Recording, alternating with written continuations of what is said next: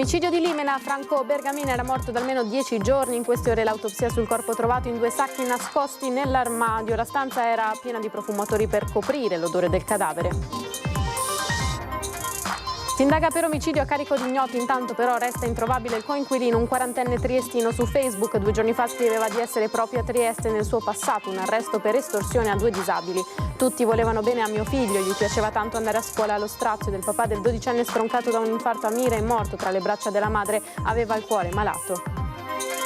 Risale la tensione nella Lega, la giornata conclusiva del congresso federale è previsto nello stesso giorno in cui parte il Vinitaly. Il Marcato si appella a Salvini per cambiare data, al segretario regionale Stefani lapidario. Ha perso i risparmi di una vita, 90.000 euro rubati dalla coppia di badanti, padre e figlio. Secondo l'accusa, con i soldi hanno anche aperto una pizzeria da sport, vittima un 81enne e 2 uomini a processo. A Mogliano, furto da Zanutta, rimeditori di attrezzature e materiali edili. È il secondo da dicembre a oggi, i ladri hanno caricato la merce su un furgone e sono scappati. Domani alle 14.30 nel Duomo di Cormonsi, funerali a Bruno Pizzu, la tesi big del calcio nazionale e il racconto dell'amica d'infanzia Gabriella che era ricoverata in ospedale in questi giorni. Bruno è morto nella stanza accanto alla mia. Buonasera, bentrovate e bentrovati, edizione regionale dei nostri telegiornali. Subito le notizie, la cronaca in apertura ancora con il giallo di Limena e caccia al 40enne che viveva con l'anziano trovato morto in casa chiuso in un armadio. Intanto la procura ha disposto accertamenti approfonditi sul cadavere per capire le cause del decesso. Franco Bernardo Bergamini era morto da almeno 10 giorni. Oltre all'autopsia prevista nelle prossime ore, è stata disposta anche una TAC total body per rilevare qualsiasi tipo di ferita sul corpo dell'anziano, ritrovato ieri pomeriggio chiuso in 2 sacchi dell'immondizia, nascosti poi all'interno di un armadio in una stanza della sua abitazione di via Papa Giovanni XXIII a Limena. Le condizioni del corpo in avanzato stato di decomposizione non hanno permesso al medico legale di riscontrare ad un primo esame particolari lesioni, anche se ci sarebbero alcune evidenti ferite alla testa. La procura di Padova ha aperto un fascicolo per omicidio, al momento a carico di ignoti, ma è da ieri pomeriggio che si cerca in tutto il Veneto e anche fuori regione un 40enne di Trieste, un uomo di nome Alessio che da circa un paio di anni era coinquilino dell'anziano. Anche lui sembra essere svanito nel nulla da una settimana, come conferma una vicina. Io lo vedevo, sto ragazzo, venire alla sera tardi e dopo andava via la mattina, anzi pomeriggio. E sto ragazzo da quant'è che non lo vede? Il ragazzo adesso l'ho visto una settimana fa che è passato davanti a casa mia, qua davanti alle porte, e dopo non l'ho più visto.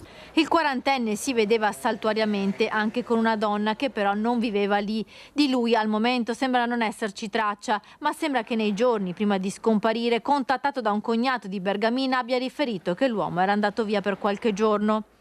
A me mi hanno detto che è andato in montagna, che ha lasciato a casa il telefono. E ho detto, è un sospetto questo, lasciare a casa il telefono. E io l'ho detto il ragazzo.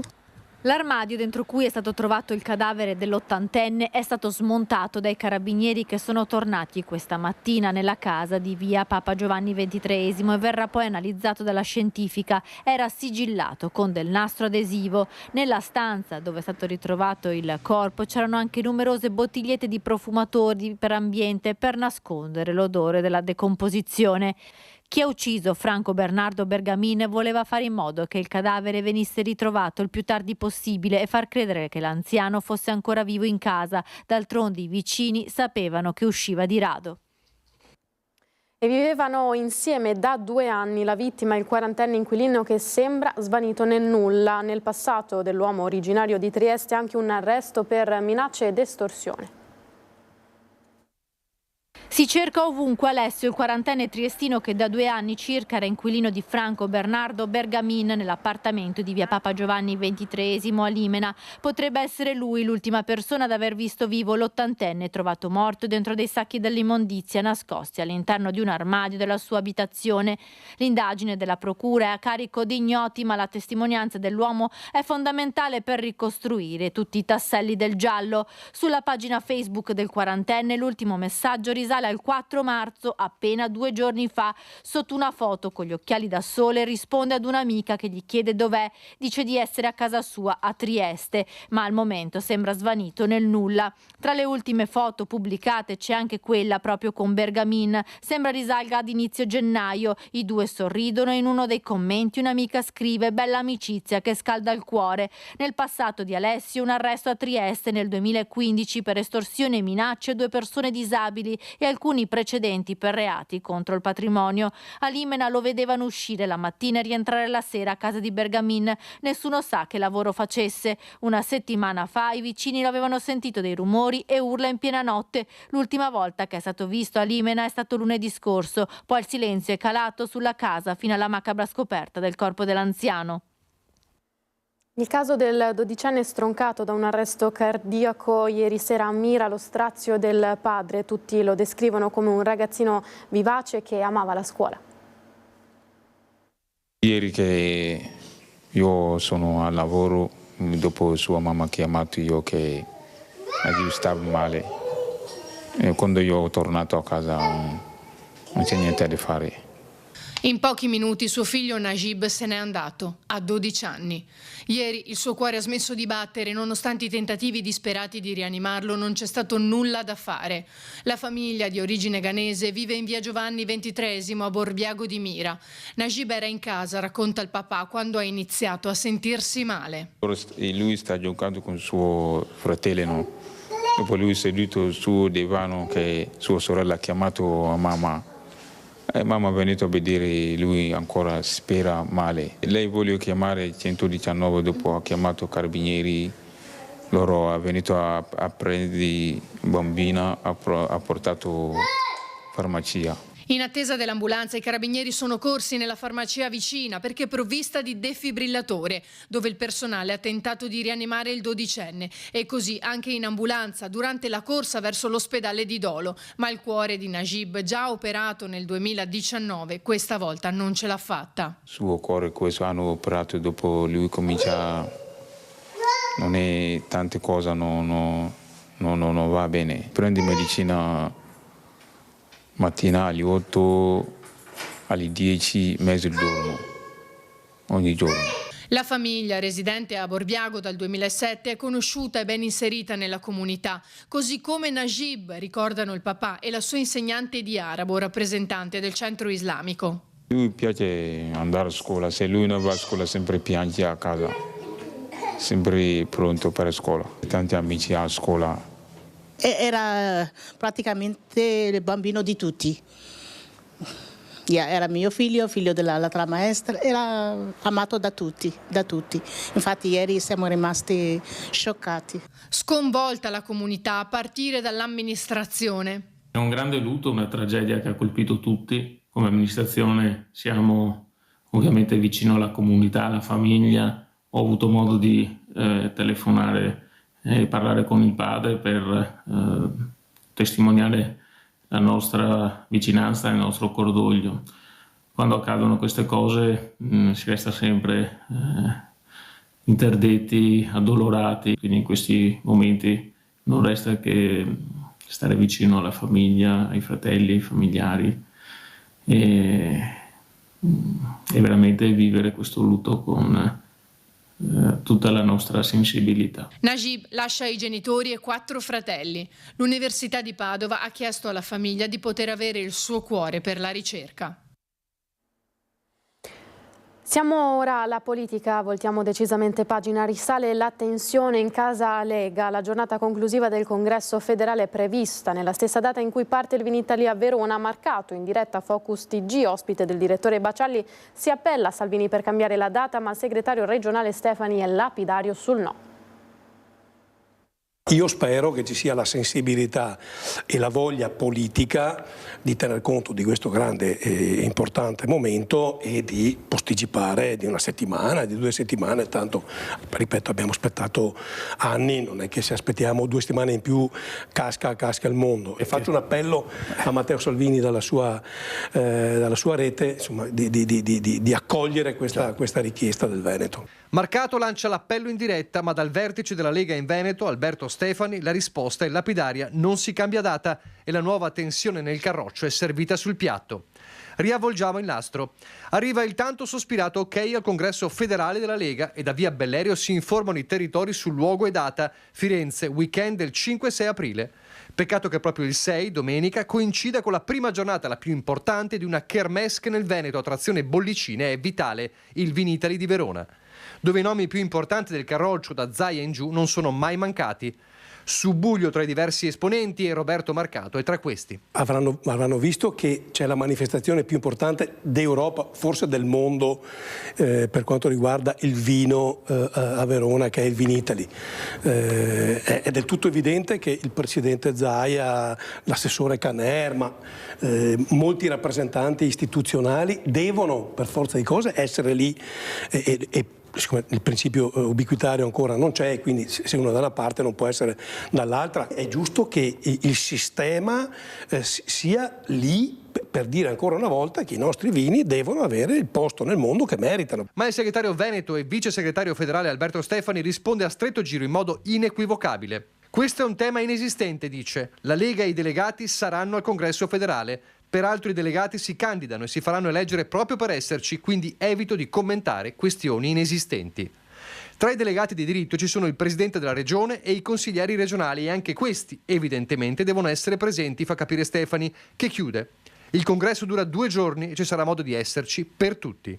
Come dire, se davvero ci si tiene al futuro del partito, un modo si trova anche per essere un giorno al Vinitaly e un giorno al congresso, tanto più che la kermesse di Verona dura fino al 9 aprile. Insomma, si preannuncia un mese a dir poco complicato. Difficile pensare a un congresso federale che nell'ultima cruciale giornata di Firenze veda l'assenza di nomi di peso proprio dal Veneto che chiede la svolta al partito, ma altrettanto singolare un Vinitaly che ai nastri di partenza lasci il campo libero a ministri ed esponenti degli alleati indigesti di Fratelli d'Italia. Quelli alleati dai quali bisogna smarcarsi in modo netto, ribadisce Marcato, perché scimmiottarli a destra è stato letale. Gli elettori ci hanno punito perché fra una brutta copia e l'originale, l'elettore sceglie sempre l'originale. Noi dobbiamo tornare ad essere originali. Se non cambia nulla al Congresso federale, qualcuno dovrà assumersi la responsabilità del declino definitivo della Lega. Siamo ora nel Bellunese. Una cabina del servizio Funivia Araba ha urtato le strutture di fine corsa della tratta. Vediamo.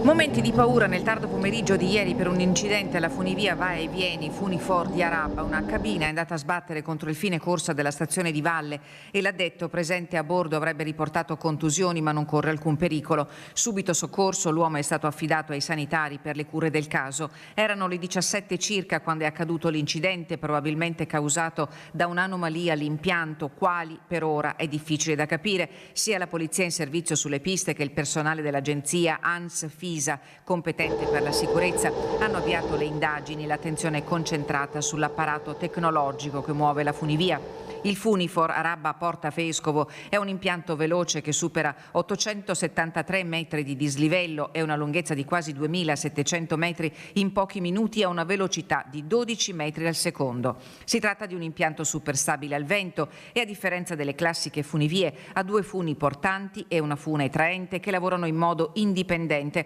permettendo alle 2 cabine di muoversi anche contemporaneamente. Questo consente di effettuare passaggi del circuito Sella-Ronda anche con condizioni meteo avverse. L'impianto venne costruito nel 2005 e collega Araba di Livinallongo del Col di Lana con Porta Vescovo. Nel Trevigiano ora un anziano derubato di 90.000 euro dai 2 badanti. Oltre 90.000 euro spariti nella casa di un 81enne, accusati di furto, riciclaggio e impiego di denaro, beni o utilità di provenienza illecita, il badante, un 62enne di origini marocchine, e il figlio di quest'ultimo 26enne, che ogni tanto sostituiva il padre nel lavoro.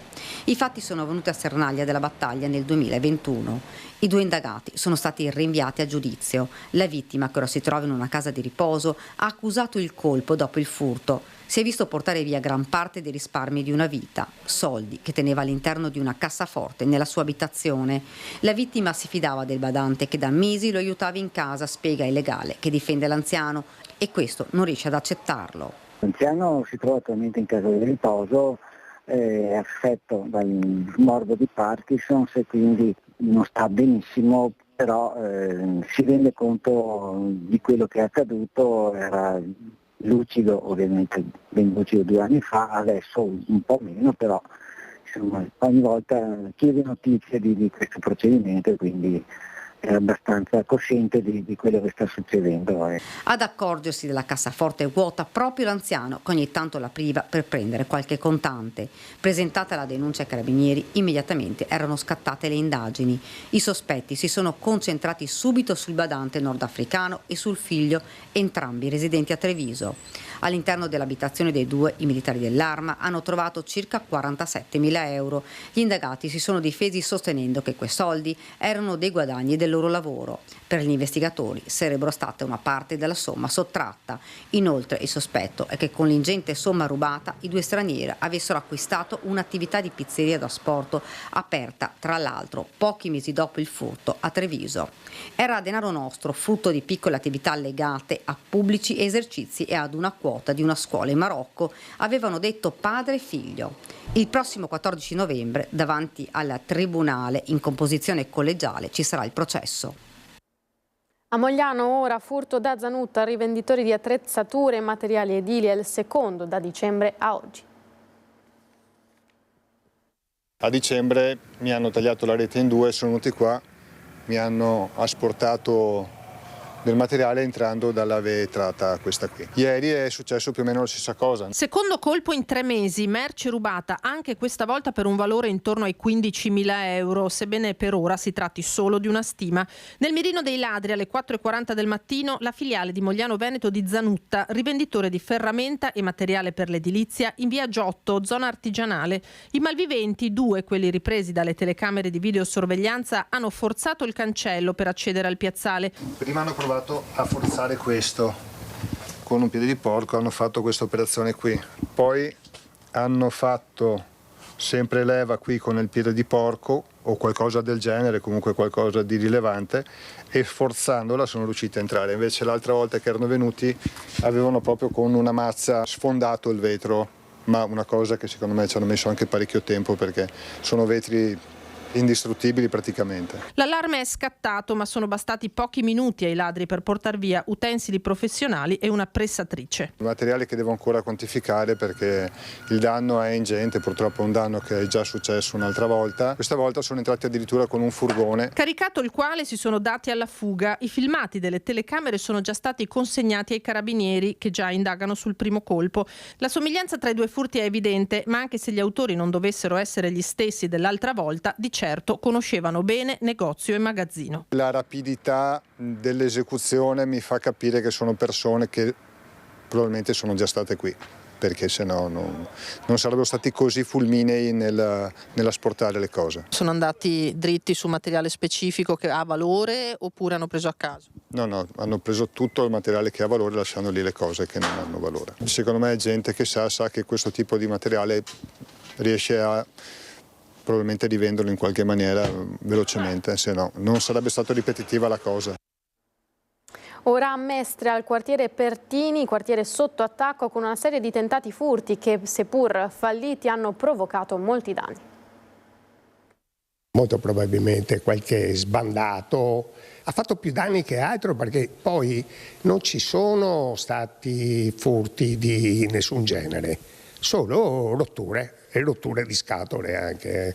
Se ne sono andati a mani vuote, lasciandosi però alle spalle una lunga lista di danni, lo o gli sconosciuti che nottetempo hanno preso di mira alcune attività in quartiere Pertini.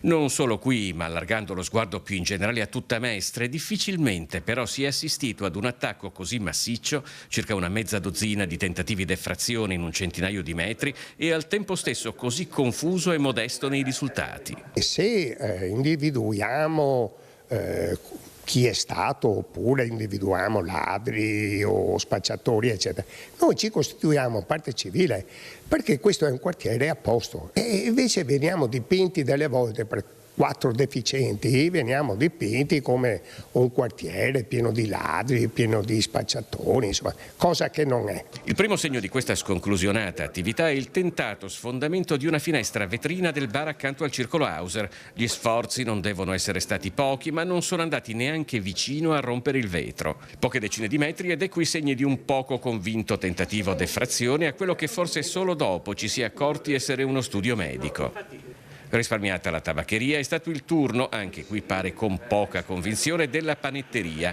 quindi con ben più lena l'ingresso di un altro studio medico. Niente da fare, a questo punto probabilmente è la frustrazione a prevalere in questa vistosa ammaccatura che pare forse il risultato di uno scatto d'ira. Ma non è finita, c'è ancora tempo per un nuovo tentativo di effrazione senza successo in un altro studio medico. Questo è un quartiere che rifiuta l'illegalità nel suo complesso, compreso anche quello dell'occupazione abusiva e illegale delle case. È indubbio che lasciare libere decine e decine di case, questo ci crea più di qualche problema. Voltiamo pagina, domani alle 14:30 nel Duomo di Cormonsi i funerali di Bruno Pizzul, attesi big del calcio nazionale, il racconto dell'amica d'infanzia Gabriella che era proprio ricoverata in ospedale in questi giorni e che ha detto Bruno è morto nella stanza accanto alla mia. Eravamo amici, veniva ogni giorno a bere il caffè e leggere il giornale. Cosa devo dire? La moglie, siamo molto amiche anche della moglie, che ci dispiace tanto. Gabriella Muccherli, titolare assieme alla sorella e al fratello di uno dei locali storici di Cormons, amica d'infanzia di Bruno Pizzul, commossa ma allo stesso tempo lucida, ha voluto esprimere al nostro microfono il suo personale ricordo del grande giornalista scomparso nella notte tra martedì e mercoledì all'ospedale di Gorizia. Gabriella, ironia della sorte, si trova pure lei ricoverata al nosocomio goriziano nella stanza accanto. È morto nella camera vicino a me perché io ero ricoverata e lui nella notte è mancato. Il ricordo dell'uomo come persona, mai sopra le righe, disponibile e mai arrabbiato, anche quando la mano delle carte, in particolare nel 3-7, non era delle migliori. La sua voce, marchio di fabbrica, inconfondibile. Io spero che venga tanta gente, ma vengono. Perché Bruno se lo merita proprio per quello che ha saputo trasmettere e portare non solo come telecronista ma anche come uomo di cultura. Sì, quello sì. È una voce sua inconfondibile. Aveva una voce che quando trasmetteva le partite lui erano indimenticabili. So che lui veniva qua a giocare a carte, no? A leggere il giornale, sì, a giocare a carte. Lui era famoso perché era bravo sul 3-7, mi dicevano. Sì. Insomma, Si trovava con i suoi amici ultimamente. si trovava con gli amici, veniva con la moglie ogni giorno. Il tuo ricordo proprio personale? So che avete fatto tante cose qua, foto, Avevamo feste. foto, feste, facevamo le feste con Dino, no? E quando facevamo le feste o le cene veniva sempre anche lui. Sì, belle feste. Quei tempi sono passati, però era bello. Sì. A Natale lui era ogni anno. A Natale veniva ogni anno. Lui, Dino, a mangiare il panettone, sempre. Si chiude così il telegiornale regionale, grazie per essere stati in nostra compagnia, subito dopo di noi, subito dopo la sigla, il meteo, grazie ancora, buona serata a tutti, arrivederci.